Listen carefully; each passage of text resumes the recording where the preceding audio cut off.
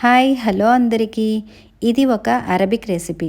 దీనిని mutton కీమాతో prepare చేస్తారు. మాషీ rice. దీనిని అరబ్స్ చాలా తక్కువ స్పైసెస్తో ప్రిపేర్ చేసుకుంటారు. వాళ్ళైతే కారం చాలా తక్కువగా తింటారు కదా. మనది ఇండియన్ టంగ్ కదా, మనకి కొంచెం స్పైసీ కావాలి. అందుకని నేను అరబ్ రెసిపీని ఇండియన్ స్టైల్లో ప్రిపేర్ చేశాను. అరబ్ స్టైల్లో ఇండియన్ టేస్ట్తో సూపర్గా ఉంది. మీరు కూడా తప్పకుండా ట్రై చేసి చూడండి. మీకు డెఫినెట్గా ఈ రెసిపీ నచ్చుతుంది.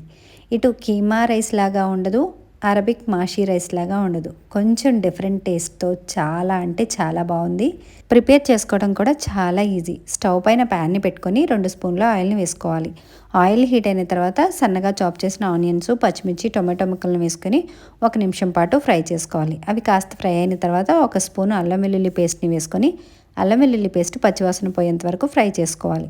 అది కూడా కొంచెం ఫ్రై అయిన తర్వాత సన్నగా చాప్ చేసుకున్న పుదీనా, కొత్తిమీరను కూడా వేసుకొని 1 నిమిషం పాటు ఫ్రై చేసుకోవాలి. అది కాస్త ఫ్రై అయిన తర్వాత 1 tablespoon tomato paste, 1 teaspoon garam masala, 1/2 teaspoon pepper powder, 1 spoon ధనియా పౌడర్ని వేసుకొని 1 నిమిషం పాటు ఫ్రై చేసుకోవాలి. అది కాస్త ఫ్రై అయిన తర్వాత రుచికి సరిపడేంత సాల్టు, 300 గ్రాముల కీమాను కూడా వేసుకొని ఈ మసాలాలన్నీ బాగా కలిసేలాగా బాగా కలుపుకోవాలి. ఇప్పుడు దీంట్లోకి ఒక 15 నిమిషాల ముందు నానబెట్టుకున్న బాస్మతి రైస్ అయినా పర్వాలేదు, సోనా మసూరి రైస్ అయినా పర్వాలేదు. రైస్ని వేసుకొని కీమా, రైసు 2 బాగా కలిసేలాగా ఒకసారి కలుపుకొని మూత పెట్టేసి ఒక 5 నిమిషాలు లో ఫ్లేమ్లో కుక్ చేసుకోవాలి. 5 నిమిషాల తర్వాత ఒకసారి కలుపుకొని 1 గ్లాస్ రైస్కి గ్లాసున్నర వాటరు, అలాగే కీమా ఉడకడానికి 1 పావు గ్లాస్ వాటరు, మొత్తం పావు గ్లాస్ తక్కువగా 2 గ్లాసుల వాటర్ని అయితే నేను యాడ్ చేశాను. వాటర్ని వేసుకొని ఒకసారి కలుపుకొని మూత పెట్టేసి ఒక 10 నిమిషాలు హై ఫ్లేమ్లో కుక్ చేసుకోవాలి. 10 నిమిషాల తర్వాత ఒకసారి కలుపుకొని రైస్ని చిన్న బర్నర్ మీద లో ఫ్లేమ్లో 15 నిమిషాలు దమ్ చేసుకోవాలి. రైస్ని దమ్ చేసుకునే ముందు రైస్ క్వాంటిటీ ఎక్కువగా ఉండాలి, వాటర్ క్వాంటిటీ తక్కువగా ఉండాలి. ఇలా ఉన్నప్పుడు మాత్రమే దమ్ చేసుకోవాలి.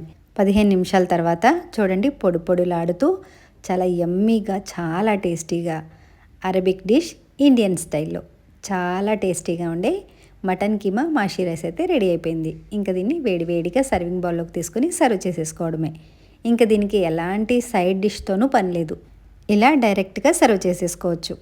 ఇలాంటి మరిన్ని రెసిపీస్ కోసం నా ఛానల్ని తప్పకుండా సబ్స్క్రైబ్ చేసుకోండి. Thank you.